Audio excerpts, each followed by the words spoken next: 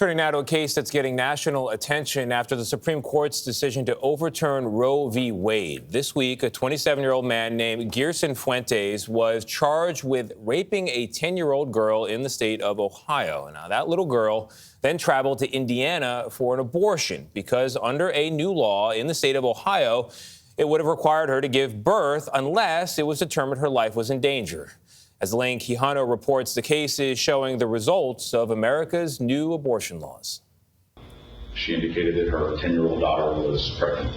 Columbus detective Jeffrey Hune testified in an arraignment Wednesday that 27-year-old Gerson Fuentes confessed to raping a 10-year-old girl at least twice, leading to her pregnancy. Is that daughter still pregnant today? No.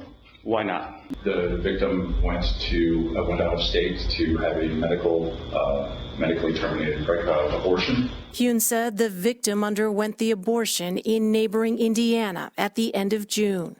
The Indiana doctor who said she performed the abortion said the child was 6 weeks and 3 days pregnant. That's 3 days longer than Ohio allows an abortion to take place. Ohio is one of 11 states with bans that have no exceptions for rape or incest. That's despite national polling that says an overwhelming majority of people support abortions in those conditions. We're gathering the evidence as we speak. Indiana's Attorney General is promising to investigate the doctor who performed the procedure and if she followed proper reporting protocols. We're going to fight this to the end, including looking at her licensure. If she failed to report, and in Indiana, it's a crime to not report, to intentionally not report. Imagine being that little girl. The case sparked outrage from President Biden last week while he signed an executive order to protect access to abortions. 10 years old, raped, 6 weeks pregnant, already traumatized, was forced to travel to another state. We're going to start to see a lot more tragic and difficult cases. Carrie Franklin, director of UCLA's Center on Reproductive Health Law and Policy, said since the nationwide right to abortion was eliminated by the Supreme Court, these types of cases will happen more often.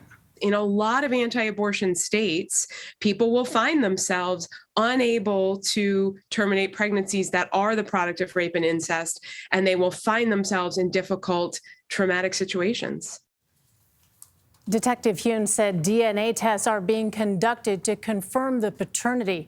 Fuentes is scheduled to be in court again next week. There has been no comment from his defense attorney.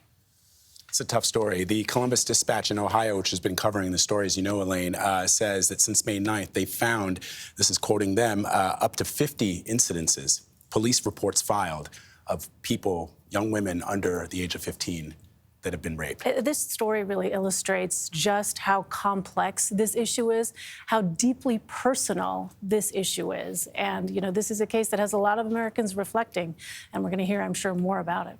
And 10 years old, it's just like, ugh, it's a punch to the gut. It's an awful story. Horrific. It's an extreme case, but it shows the extremity of the law in about 11 states, no exceptions. Elaine, thank you very much.